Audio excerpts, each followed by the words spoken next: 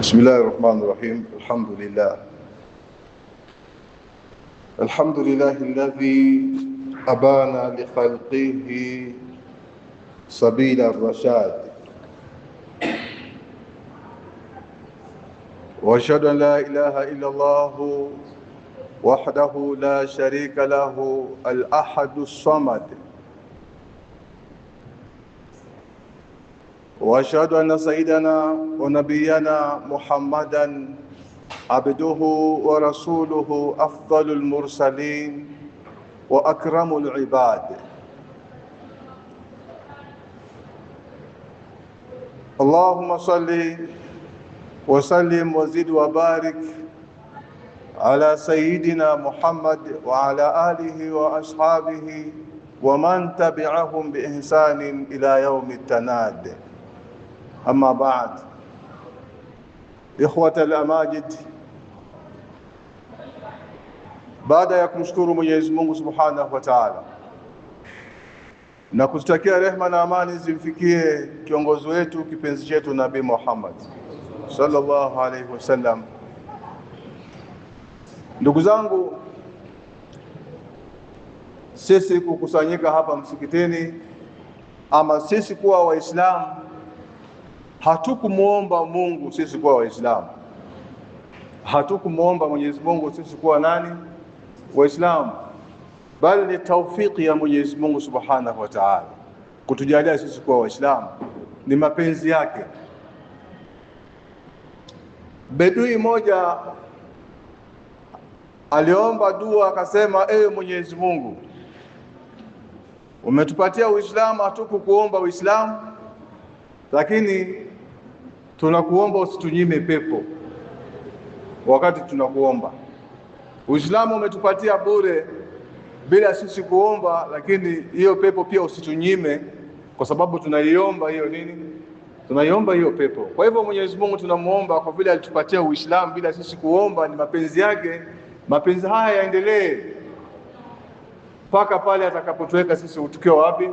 Ndani ya Jannatul Firdaus pamoja na habibina Sayyidina Muhammad sallallahu alaihi wasallam. Ndugu zangu wapendwa, hii ni Ijumaa ya kwanza katika mwezi wa Dhulqaada, mwezi mtukufu wa Dhulqaada, wakati ambao kwamba mahujaji wanajiandaa kwenda kutekeleza nguzo ya mwisho ya Uislamu. Walakin katika mada yetu ya siku hii ya leo tutazungumzia ukhuwatul Islam. Al-ukhuwatul Islam, undugu wa Kiislamu. Mtume Muhammad sallallahu alaihi wasallam katika kazi kubwa aliyoifanya kwa miaka 23 ya da'wa akiwa ni nabii ni kujenga undugu wa Kiislamu. Katika zama zetu za sasa hakuna kitu kilichokosa thamani kama undugu wa Kiislamu. Hakuna kitu kilichopotea kati yetu kama undugu wa Kiislamu. Na undugu wa Kiislamu inayo thamani kubwa sana na ina ujira na thawabu nyingi sana. Nabii Muhammad sallallahu alaihi wasallam wakati alipotoka Maka amehamia Madina, katika vitu vya kwanza alivyovifanya, kwanza alijenga msikiti. Baada ya kujenga msikiti, akajenga undugu kati ya wale maansar na muhajirina, akaweka undugu kati ya Aus na Khazraj, akawapatanisha. Baada ya nini? Kujenga mwanzo msikiti, kwa sababu ili watu wawe ndugu lazima upatikane sehemu ya ibada. Ili watu wapendane, lazima wawe na sehemu ya kumwabudu Mwenyezi Mungu Subhanahu wa Ta'ala. Lazima wawe na sehemu penye wanakusanyika wapate maneno ya Mwenyezi Mungu Subhanahu wa Ta'ala. Lao si msikiti, nini kingine ambacho kwamba kingetuweka hapa? Hakuna. Hii ndio sehemu tunamjua Mwenyezi Mungu ni nani. Hii ndio sehemu tunakumbushana kuhusu kipenzi chetu Nabii Muhammad sallallahu alaihi wasallam. Hii ndio sehemu tunakumbushana maisha ya dunia na maisha ya akhira. Hii ndio sehemu tunakumbushana kuhusu pepo na kuhusu moto. Hii ndio sehemu tunakumbushana mazuri. Hii ndio sehemu ambapo kwamba tunasoma maneno ya Mwenyezi Mungu, unapata faida, unapeleka nyumbani, unapata faida ambapo kwamba inakusaidia, unaishi nayo katika maisha yako mpaka siku ya mwisho. Kwa hivyo Mtume alipofika Madina, baada ya kujenga msikiti, akawapatanisha makabila mawili makubwa, Aus na Khazraj. Haya makabila yalipigana kwa miaka 140. Vita kati ya makabila mawili, ilikuwa hawaoani, hakuna kuoana kwao, hakuna kusalimiana kwao, hakuna jambo lolote. Ikitokea ng'ombe wa fulani ameingia kwa shamba ya kabila fulani, vita tayari inaanzia hapo, wala watu wanauana. Miaka 140. Nabii Muhammad sallallahu alaihi wasallam alipofika pale, baada ya kujenga msikiti, akawaweka karibu, akawaambia kwamba Muislamu ni ndugu ya Muislamu mwenzake. Akawaambia kwamba tahabu ama taahu bainakum, mfanye kila mmoja mfanye ndugu yake kuwa ni nani? Ni ndugu yake yeye. Kila mmoja awe ndugu na mwenzake. Maswahaba wale maanswari, kila mmoja akamchagua mwenzake, huyu ni ndugu yangu, huyu ni ndugu yangu, huyu ni ndugu yangu, huyu ni ndugu yangu. Inafika wakati mmoja katika maanswari anamchukua mwenzake, anamwambia kwamba mimi na mashamba 3, nimekupatia dongo fulani, hii eka 10 zako. Undugu wa nini? Wa Kiislamu.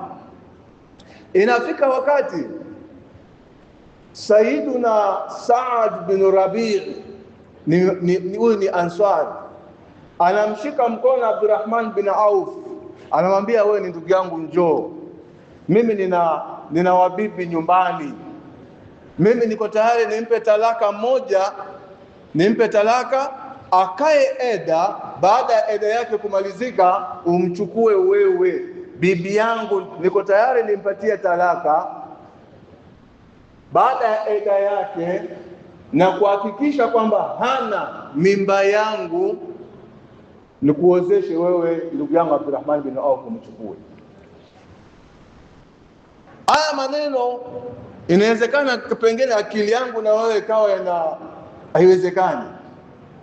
Na haya maneno inawezekana pengine hata kina mama wakisikia wanaona kwamba labda bwana ambao kwamba hakupendi, lakini bwana anayekupenda hawezi kukugawa kama kuku, hawezi kukugawa kama kuku. Pale ilikuwa ni mapenzi kuruka, ni mapenzi ya hakika. Lau ingekuwa mimi na wewe uko na wabibi wawili ama 3 ama 4, imetokea Muislamu mwenzako kama vile Muhajirina amekuja, ikiwa utaamua wewe ndio swahaba sana, wewe ndio roho safi sana, ukiamua kumpatia mke wako unamchagua yule bibi tafash, yule tafash ambaye kwamba anakufanya unakesha usiku. Nimekupatia talaka zako 3, anakaa eda, achukua, wacha pia waende wapambane huko, wacha pia aanzie hapo. Lakini wale Saad bin Rabi anamwambia Abdurrahman, katika hao wanawake, kabla sijempa talaka, utachagua wewe mwanzo kati yao, wewe mwenyewe chagua, sio mimi nikuchagulie, chagua wewe. Kitu gani kilichowafikisha mpaka hapa? ni undugu ambao kwamba walijengewa na Mtume Muhammad sallallahu alaihi wasallam. Moja katika wasomi wa kizungu alisema kwamba Muhammad is like a welder. Muhammad ni kama nani? Welder, huyu mchomaji vyuma mwenye anaunganisha vyuma, yani yeye anaunganisha watu. Sisi sasa tunaishi, tunakaa hapa ndani, tuna makabila hapa zaidi ya 50 hapa. Lao tutaamua kila moja asimama ataje kabila lake hapa, tuko ndani hapa makabila mengi hapa ndani. Lakini kitu gani kimetuweka hapa? La ilaha illa Allah Muhammadun Rasulullah. Yani hivi wewe unapoona Waislamu pengine wa China unahisi namna gani? Unapoona Waislamu pengine wa Indonesia, wewe kama Muislamu unahisi namna gani? Kwamba unaona nani? Unapoona Waislamu ndugu zetu pengine wa Somalia, wewe unahisi, unafeel namna gani? Unapoona Waislamu wa Gaza ama wa Palestina ama wa Iran ama wa Iraq ama hata umetoka Amerika, unahisi namna gani kama Muislamu? Bila shaka ukiwa ni Muislamu aliyebahatika kupata mafunzo ya dini ya Kiislamu, utakuwa unafurahi kumwona huyu kama ni nani? Ni ndugu yangu. Furahi akiwa katika maisha mazuri, utafurahi zaidi kwamba ni ndugu yangu, na akiwa na matatizo pia, na wewe inatakana uumie kwenye moyo wako kwamba anayeumizwa ni nani? Ni ndugu yangu Muislamu. Ndugu zangu, katika zama zetu tumegawanywa kiasi kikubwa sana, na kilichotufikisha mpaka kuweza kugawanyika ama kugawanywa ni madhehebu. Huyu ni Sunni, yule pale ni Khalafi, huyu hapa ni Tablighi, yule pale Sujidi, yani Mushia, yule mwingine ni Muibadhi. Tumegawanywa kupitia madhehebu. Lakini wale viongozi wa madhehebu, Imam Hanbali, Imam Malik, Imam Shafi, Imam Abu Hanifa, walikuwa na tofauti zao, lakini ilikuwa haiwafikishi kwenda kuchukiana.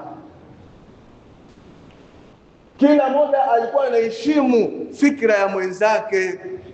Wakikutana, wanakutana kama mtu na Muislamu mwenzake. Leo mimi na wewe, inawezekana kuna baadhi ya misikiti ambao kwamba ukienda kuswali ndani ya ule msikiti watu wanashangaa, leo huyu amekosea barabara, mbona amekuja hapa?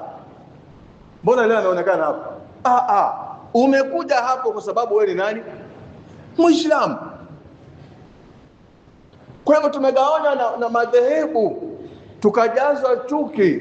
Inafika wakati mtu yuko tayari kumuua Muislamu mwenzake. Inafika wakati mtu anapanda juu ya mimbari, anaanza kutukana pengine mtu anayesoma maulidi, huyo ni mtu wa motoni. Mtu anayefanya hivi, huyu haingii peponi, fi nari jahannam khalidina fiha, yani haingii peponi, huyu ni wa motoni. Hivi ndivyo alivyofanya Mtume Muhammad sallallahu alaihi wasallam. Angalia wakati wa vita vya Khaybar. Khaybar kwa sasa ni sehemu za Israeli. Nabii Muhammad sallallahu alaihi wasallam aliambia maswahaba kwamba kesho nitampa mtu bendera, mtu ambaye kwamba Mungu anampenda na mtume anampenda, na yeye anampenda Mungu na mtume wake. Maswahaba wakalala, kila moja wasiwasi, kila moja usingizi unakatika. Anataka achaguliwe yeye awe kiongozi wa vita kesho, kwa sababu tayari anayo visa vya kupendwa na Mwenyezi Mungu Subhanahu wa Ta'ala. Ilipofika asubuhi, alichaguliwa Sayyidina Ali ibn Abi Talib. Sayyidina Ali Mtume baada ya kumpatia bendera ya kuongoza kikosi cha vita, akamwambia Saidina Ali, nenda, lakini akamwambia la an yahdi Allahu bika rajulan wahidan khairun laka min humuri ni'am. Mungu akikujalia uko unakokwenda ukamuongoza mtu mmoja, ukamsilimisha mtu mmoja peke yake, ni bora kwako wewe kuliko kwato za ngamia wanyama. Kwani umenipatia panga, naenda vitani, naenda kufanya dawa. Alipatiwa panga afanye namna gani? Bendera ya nini? Aende vitani, na vitani ni kumwaga damu, sio? Lakini Mtume akamwambia nenda vitani, lakini ukisilimisha mtu mmoja utakuwa umefanya kazi kubwa sana. Kwa maana hiyo nenda vitani, lakini mlango wa dawa ubakie vile vile. Usiende kufanya vurugu. Kuwa ni mtu wa amani vitani kule, nenda vizuri, watu wakiwa wazuri, fanya dawa. Lakini kuja muangalie Usama bin Zaid katika vita hivyo vya Khaibara. Kuna moja katika maansar alikuwa akimtukana sana Mtume. Anamtukana Mtume, anatoka mbio. Anamtukana Mtume, anatoka mbio. Anafanya vurugu vyake, anatoka mbio. Siku hiyo walikuja kupambana na Usama bin Zaid katika jihad Khaibara. Usama akasema, huyu leo mimi simwachi, bio na yeye. Yule akasema, ashhadu an la ilaha illa Allah wa ashhadu anna Muhammadan, mimi Muislamu, nimesilimu, nimeamini mtume wako. Usama anasema hiyo hakuna. Akamtoa shingo. Habari ilipofika kwa Mtume Muhammad sallallahu alaihi wasallam, Mtume anamwambia Usama, kaifa qataltahu, umemuuaje? Kwa nini umemuua? Aqataltahu baada an qala la ilaha illa Allah, umemuua baada ya kusema la ilaha illa Allah? Akasema innahu qala la ilaha illa Allah makhafata saifi. Huyo alitoa shahada kwa sababu ya kuogopa panga. Mtume alimwambia ashaqaqta qalbahu, ashaqaqta sadrahu, ulipasua kifua chake ukajua kwamba kwenye moyo wake alisema la ilaha illa Allah kwa ajili ya kuogopa panga. Usama, utaifanyia nini la ilaha illa Allah siku ya kiyama? Sisi hapa, huyu ni mtu amesilimu tu, haijulikana amesilimu au hajasilimu, lakini Usama amelaumiwa kwamba ameua. Hajaswali hata sijida moja, hata swala moja, hajatoa hata zaka, hana saumu hata moja.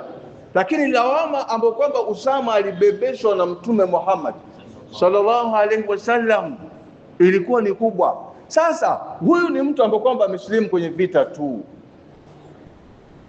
Usama amelaumiwa kiasi hichi. Inakuwaje wewe unapanda juu ya mimbar anayesema la ilaha illa Allah Muhammadur Rasulullah kila siku, anaswali mtu swala zote kila siku, anakwenda pengine hija, anatoa zaka, wewe unasema huyu ni mushrik, huyu ni kafiri? Unamsaidia mtume kwenye dawa yake, kwa sababu unapomkufurisha mtu kwamba huyu ni mushrik kwa sababu anafanya ziara makaburi, kulingana na fikira zako kwamba huyo anaabudu makaburi kwa kwenda kuziara,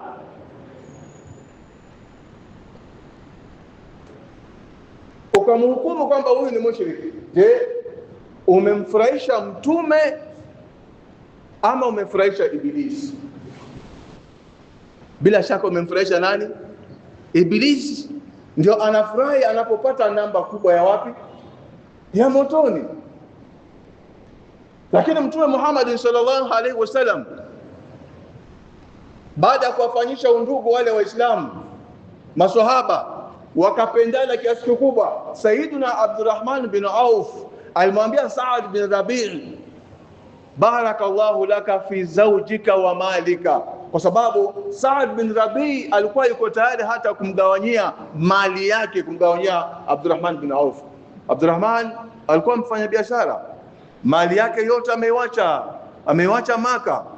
Yeye akamwambia ndugu yake Saad bin Rabi, Mungu akubariki katika mali yako, akubariki na katika wake zako, lakini dulani ila suqi, nionyeshe soko yenu iko wapi. Anataka soko apate space ya kufanya biashara. Ukhuwatul Islam, ndugu zangu, undugu, tunao undugu mara mbili. Kuna undugu ambao kwamba unaunganishwa na damu, yani umetoka kwa baba na mama, sawa, ama kwa upande wa mama peke yake ama kwa upande wa baba. Kwa hivyo kuna undugu wa damu, alafu kuna ukhuwatul Islam, kuna undugu wa Kiislamu. Tunapoleta vitu hivi viwili, undugu wa damu ama undugu wa nasaba na undugu wa Uislamu, undugu wa Uislamu unakuwa namba moja. Undugu wa Uislamu unakuwa namba moja. Kwa sababu gani? Mimi nasema hivi kwa sababu ndani ya Al-Qur'anul Karim Mwenyezi Mungu Subhanahu wa Ta'ala, angalia katika suratul Mujadala aya 22, Mungu anasema kwamba la tajidu qauman yu'minuna billahi wal yawmil akhir. Huwezi kupata watu wanaomwamini Mungu na wanaamini kwamba kuna siku ya judgment, kuna siku ya mwisho. Yuaduna man hada Allaha wa rasulahu. Huwezi kupata anayemwamini Mungu na siku ya mwisho akifanya urafiki wa karibu na mtu anayempiga vita mtume na mtu anayempiga vita Mwenyezi Mungu Subhanahu wa Ta'ala.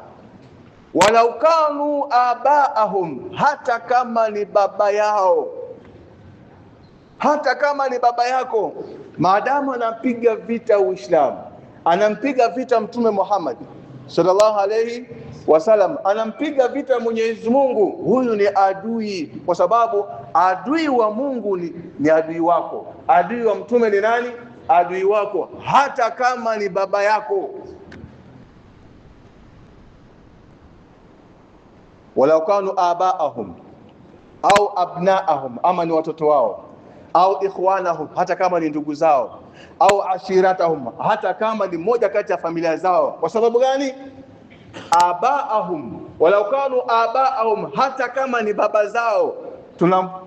Hapo tunampata Abu Ubaida ibn al-Jarrah.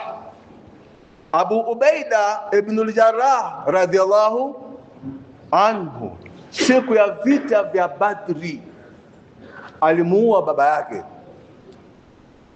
Alimuua baba yake kwa sababu baba yake alikuwa kwa upande wa pili, yeye ni Muislamu, wamepambana kwenye jihad. Abu Ubaida alimalizana na baba yake. Na usiseme pengine labda Uislamu yule aliua baba yake. Hakuua baba yake, lakini ameua shiriki iliyokuwa ndani ya nani? Mumenifahamu? Lakini Abu Ubaida hakumuua baba yake, lakini aliua ile shiriki iliyokuwa ndani ya nini? Aliua ule ukafiri uliokuwa ndani ya nani? Ndani ya baba yake. Walau kanu abaahum au abnaahum, hata kama ni watoto wao. Watoto wao hapa tunampata Sayyidina Abu Bakar na mtoto wake akiitwa Abdurrahman ibn Abi Bakr. Abdurrahman ibn Abi Bakr walikutana kwenye jihad na baba na nani na yeye mtoto na baba. Abu Bakr anakutana na mtoto wake akiitwa Abdurrahman bin Abi Bakr ndani ya vita vya Badri. Sayyiduna Abu Bakr anaambia Mtume sallallahu alayhi wasallama, anaambia ya Rasulullah, ule msafara wa kwanza, ile grupu ya kwanza inayotangulia kwenye vita vya Badri, mimi pia nikuwe ndani yake. Kwa sababu gani? Anaenda kuwinda mtoto wake ambaye ni Abdurrahman. ibn Abi Bakr, na alipokuwa vitani panga inalia, lakini anamtafuta mtoto wake Abdurrahman ibn Abi Bakr. Mtoto pia akaja akamuona baba yake, akimuona kila baba akija hivi mbio anaenda kwingine, akimuona hivi mbio kwingine, akimuona hivi mbio kwingine, mpaka mwisho wa vita. Baadaye mtoto huyo alijaliwa akasilimu. Mtoto anakaa na baba, anamwambia baba, mimi siku hiyo nilikuona wewe ulikuwa unakuja hivi, mimi nakuona mimi natoka mbio, natoka mbio. Baba anamwambia na bahati yako, hiyo siku mimi nimetia nia ya kukubakisha pale. Unaona undugu wa Kiislamu vile ulivyo na nguvu kuliko undugu wa nini, ya nasaba ya damu. Mtu anaua baba yake, mtu anaua mtoto wake. Kuna mwingine ambaye aliua ndugu yake. Saidna Umar alimuua mjomba wake, mjomba. Lakini pale kinachopiganiwa pale ni la ilaha illa Allah Muhammadur Rasulullah. Kwa hivyo undugu wa nasaba huwezi kulinganisha na undugu wa Kiislamu. Undugu wa Kiislamu una nguvu sana. Angalia ndugu zetu wakati wa vita ambavyo vilitokea saidi za Rwanda kati ya Wahutu na Watusi, waliuana, lakini ikafika wakati baadhi yao wengine walikimbilia kanisani kama sehemu ya ibada, wengine akawa wamekimbilia msikitini. Wale Wakristo waliokimbilia kanisani, kabila nyingine ilipokuja kuwapata pale, hakubakishwa mtu hata mmoja, waliuliwa wote. Lakini waliokimbilia msikitini, ikawa ndani ya msikiti kuna Mtusi, alafu kuna nani?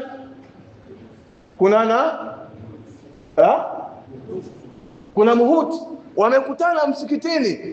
Hakuna vita. Anta akhi fi din, huyu ni ndugu yangu katika nini.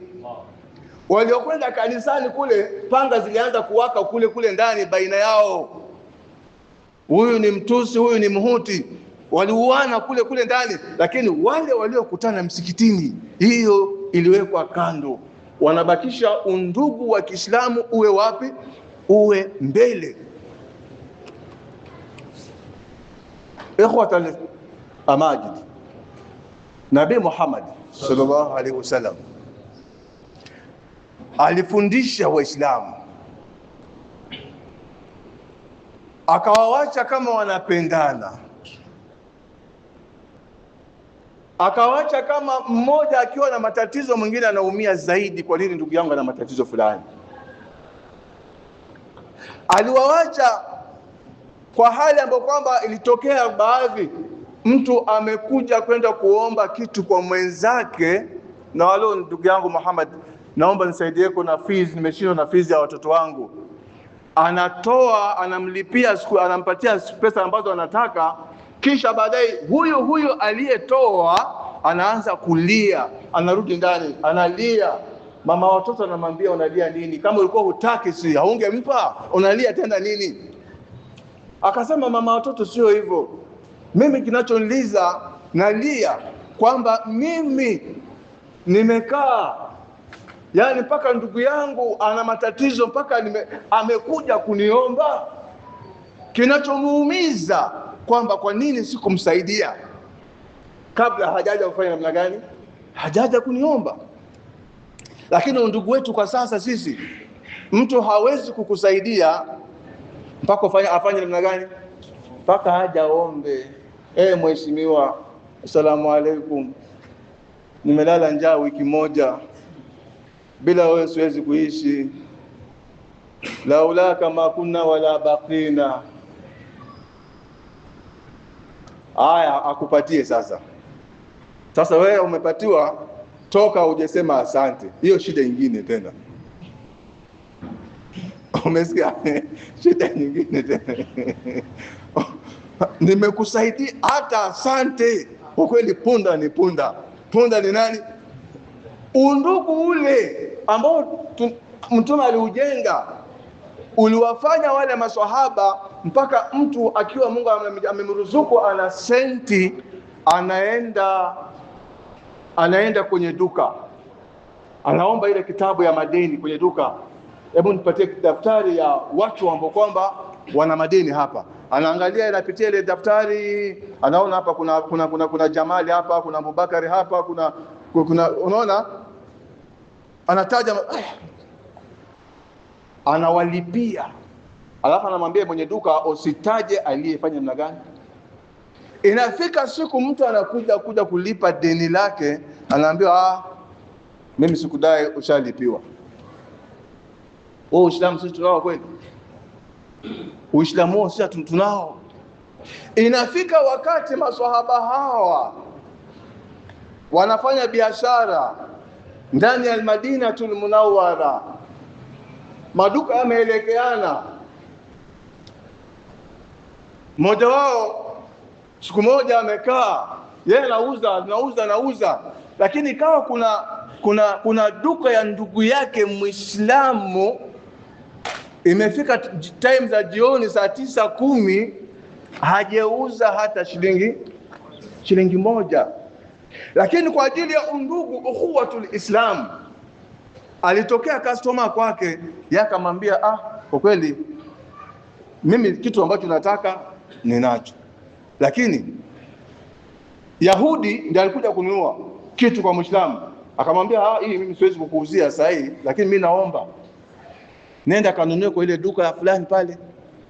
Akamwambia hapana, nimekuja kwako, kwani sijamuona yule? Akasema hapana, yule ndugu yangu tangu asubuhi hajashika hata coin. Ni ndugu yangu Muislamu mwenzangu yule, nenda ununue kwake, angaa apate riziki ya kwenda kuwalisha watoto wake. Akaenda akanunua, akaenda zake. Lakini Yahudi huyu, hiyo kitu ilibaki na msumbua kichwa. Yaani hao watu wanapendana kiasi hichi, mbona hii dini ni nzuri? Kitu ambacho kwamba wao kwa dini yao hawana. Hakumaliza muda alirudi, ashhadu an la ilaha illa Allah wa ashhadu anna Muhammadan Rasulullah. Leo hii kati yetu nani atafanya hivyo? Nani atafanya hivyo? Iko mtu anafanya hivyo? Bali unataka customers wote wajae kwako, yule ashindwe afanye namna gani? Atambulemo aende. Leo hii mtu akija anataka kufungua biashara karibu na wewe, unamuuliza unataka kuuza nini? Kama una nia yako ni kuuza vitu kama yeye, nenda nafasi nyingine. Kwani wewe ndio unagawa riziki? Kilichotufikisha hapa ni nini? Ni ukosefu wa mapenzi kati yetu na kuhurumiana. Ndio kwa maana tunatembea, lakini atuombeane dua nzuri, tunaombeana dua mbaya tu kila wakati, dua mbaya tu kila wakati. Saidina Ali, kama sijakosea, anasema inna akhaka alhaqi, ama inna akhaka haqu, inna akhaka alhaqi, hakika ndugu yako wa ukweli, mankana maaka, ni yule aliye pamoja na wewe. Waman yadhuru nafsahu liyanfa'aka, na yule ambaye kwamba yuko tayari apate matatizo yeye, yuko tayari adhurike yeye, yuko tayari aumie yeye, lakini ufaulu wewe. Waman idha raibu zamani sadda'aka shattata fika shamlahu liyajma'ak, na yule ambaye kwamba mambo yako yakikuendea vibaya, anafanya juhudi juu na chini aweze kukuinua na wewe. Ndio ile nyinyi huwa mnasema kwamba a friend in need is a friend indeed. Rafiki wakati wa shida ndio rafiki kweli. Yule anayekuwa na wewe wakati wa shida ndio nani? Rafiki kweli. King ambaye kwamba yuko sasa akiitwa King Charles, sio mtoto wa nani? wa Queen Elizabeth aliyefariki. ni mmoja katika watu ambao kwamba wanazungumzia sana Uislamu kwa uzuri, kwa sababu wanashangaa miaka 23 ya Mtume Muhammad sallallahu alaihi wasallam ameweza kuunganisha Waislamu na kujaza mapenzi kwao, kitu ambacho kwamba mwingine hawezi.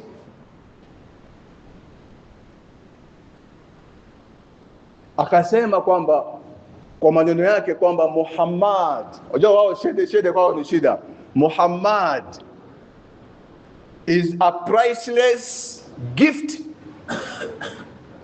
Swaleni Mtume. Nafikiri naongea na anazungumzia Mtume, sio yeye anazungumzia Mtume. Muhammad is a priceless gift. Muhammad ni zawadi isiyokuwa na thamani. Ni zawadi isiyokuwa na nini? Thamani. Lao angekuwa ni kitu cha kuuzwa, thamani yake hakuna, haina bei. Ndio kwa maana akasema yeye, inama ana rahmatun muhdatun, mimi ni zawadi nimetolewa kwa watu. Kazi hii Mtume Muhammad sallallahu alaihi wasallam alifanya kwa miaka 20 ngapi? Katikati ya miaka 20 ngapi? na 3. Lakini sisi saa hii chuki ambazo zimejaa kwetu sisi, mtu yuko tayari atoke hapa avae mabomu aende alipuke Hafsa, aende alipuke pengine Takwa, ama watakwa kuja alipuke hapa. Mtu anasema la ilaha illa Allah Muhammadur Rasulullah, wewe unakuja kufanya namna gani? Leo hii kuna baadhi yetu sisi, kwa kuwa wa Iran ni mashia, mtu anafurahi wao kufanya namna gani? Kupigwa.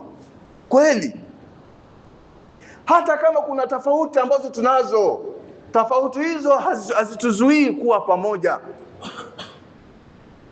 Wana ukienda Maka hija, sio tunafuata imam mmoja peke yake pale. Hakuna mtu anaweza akasema kwamba mimi siwezi kuswali leo nyuma ya Sudais, nyuma ya fulani, kwa sababu sio madhehebu yangu. Tunakuwa nyuma yake, na wale wakija wanakuwa nyuma yake. Kwa hivyo ikiwa katika mashia kuna baadhi yao wanaomtukana Aisha, wanamtukana Saidina Abubakar, baadhi yao, hauwezi kuchukua hukumu ya baadhi ya watu ukawavisha wengine wote. Mwenyezi Mungu atubariki. Amen. Mwenyezi Mungu atupe mapenzi. Amen. Mwenyezi Mungu atupe mawadda. Amen. Mwenyezi Mungu atujalie tuombeane dua nzuri. Amen. Ili tukutane peponi tukiwa na nyoyo nzuri. Amen. Subhanaka la ilma lana illa ma 'allamtana innaka antal alimul hakim. Wassalamu alaykum wa rahmatullahi